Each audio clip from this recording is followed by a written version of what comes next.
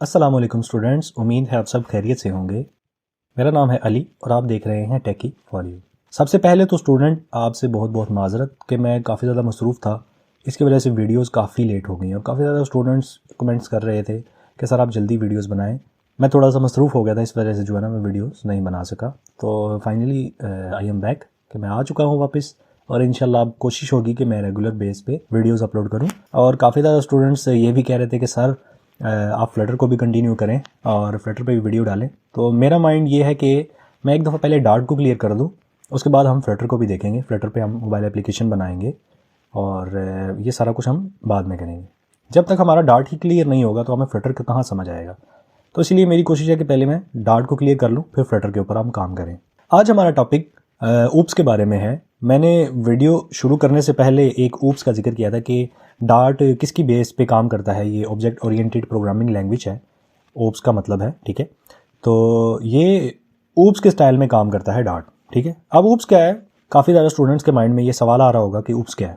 तो चलिए इसके बारे में बता देता हूँ। ऊप्स का कोई कॉन्सेप्ट इस तरह का है नहीं है कि मैं आपको मतलब इतना वो टफ करके बताऊँ जो आपको समझ ना आए। मैं बिल्कुल आसान सी ज़ुबान में आपको समझाता हूँ। मैंने काफ़ी ज़्यादा देखे हैं यूट्यूबर जो काफ़ी मतलब मुश्किल करके बताते हैं कैसे ये है वो है, तो वो न्यू बंदे के लिए समझना काफ़ी मुश्किल हो जाता है।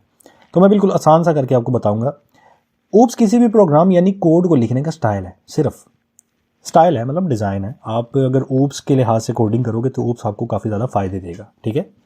और ऊप्स का मतलब मैं आपको बता चुका हूँ, ऑब्जेक्ट ओरिएंटेड प्रोग्रामिंग लैंग्वेज। अब ऊप्स को हम क्यों यूज़ करें, ये भी सवाल आता है ना कि ऊप्स हम यूज़ क्यों करते हैं। अब ऊप्स जो है ना, इसमें काफ़ी ज़्यादा फीचर्स मिलते हैं हमें। अब सबसे पहले तो सिक्योरिटी का फीचर मिलता है बड़ा क्लास का, ठीक है।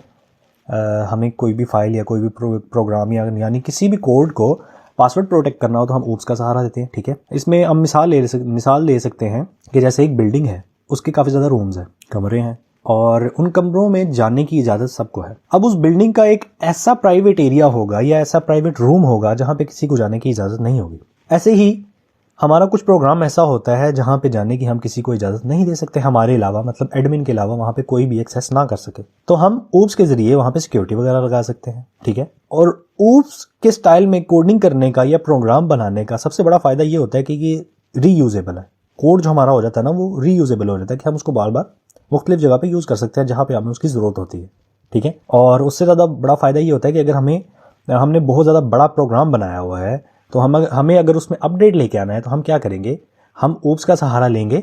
हम ऊप्स के स्टाइल में कोडिंग करेंगे तो जब हमें उसमें अपडेट करना होगा तो हमें ऊप्स ये फीचर देता है कि हम उसको आसानी से अपडेट कर सकते हैं, ठीक है। अब ऊप्स को यूज़ किस तरह किया जाता है।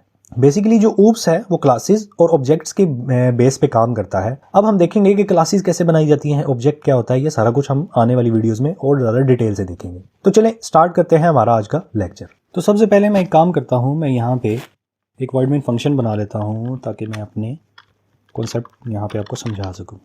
मैंने एक वॉइड मेन फंक्शन बना लिया। उम्मीद है आपको वॉइड मेन फंक्शन के बारे में तो अब तक पता चल ही चुका होगा कि ये क्या होता है और इसको कैसे इस्तेमाल किया जाता है। तो ऊप्स के बारे में तो मैंने आपको थोड़ा सा बता दिया कि ऊप्स क्या होती है, उसको कैसे इस्तेमाल किया जाता है, उसको कैसे एग्जीक्यूट किया जाता है या उसके क्या फ़ायदे होते हैं। बिल्कुल आसान से वर्डिंग में मैंने आपको समझाया है, कोई इतना टफ नहीं था जो आपको समझना आए।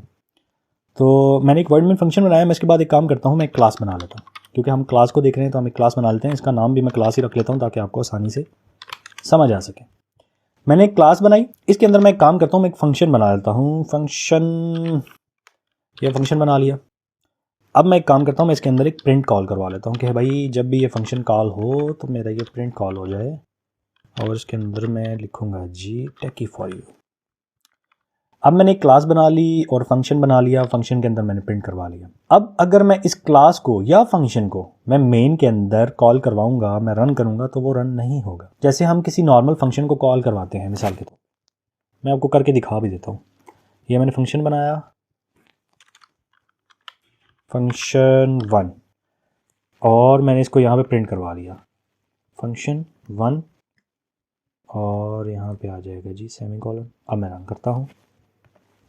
मैंने रन किया और मेरे पास टेकी फॉर यू आ चुका है। चले मैं इसका नाम थोड़ा चेंज कर देता हूँ, शायद कंफ्यूज ना हो रहे हो आप। मैंने कुछ भी ऐड कर दिया, दोबारा से रन कर देता हूँ। मैंने रन किया तो मेरे पास मेरा आंसर आ चुका है, जो कि इसका आंसर है फंक्शन 1 का। अब अगर मैं फंक्शन नॉर्मल फंक्शन को इसको अगर मैं एग्जीक्यूट करवाता हूँ तो क्या होगा, चले रन करके देख लेते हैं। एरर तो पहले ही आ चुका है पर फिर भी रन कर देते हैं हम। मैंने रन किया तो मेरे पास एरर आ गया। क्यों? कि वो कह रहा है भाई ये तो फंक्शन है ही नहीं है, डिफाइन ही नहीं हुआ हुआ। तो बात तो उसकी ठीक है कि हमने डिफाइन तो किया हुआ है पर क्लास के अंदर किया हुआ है।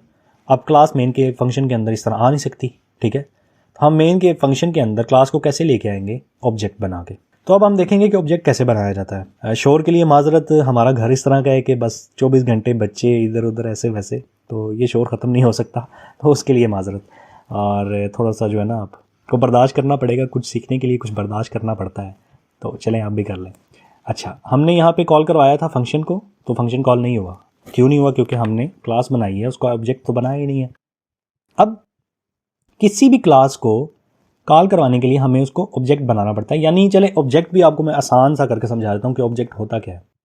हमने ये क्लास बनाई है ना, इसके अंदर हमने प्रिंट लगाया हुआ है, जो भी हमारा लॉजिक लगा हुआ है। ये तो प्रिंट तो मैं एक आसानी से आपको समझाने के लिए बना रहा हूँ ना, यहाँ पे आप कोई भी लॉजिक लगाया हो तो हमें इसका ऑब्जेक्ट इसलिए बनाना पड़ता है कि हम उसकी वैल्यू को मेन के अंदर इंक्लूड करवा दें, कि जब भी मेन चले तो उसको पता चल जाए भाई यह क्लास बनी हुई है और ये इसकी वैल्यू है, ये इसका लॉजिक है, तो वो प्रिंट करवा दे।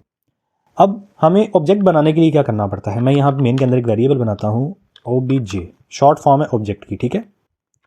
अब मैं यहाँ पे एक ऑब्जेक्ट बना रहा हूँ, मैं यहाँ पे लिखूंगा न्यू, और जो मैंने क्लास बनाई है ना ये, मैं इसका नाम कॉपी करता हूँ और यहाँ पे पेस्ट कर देता हूँ,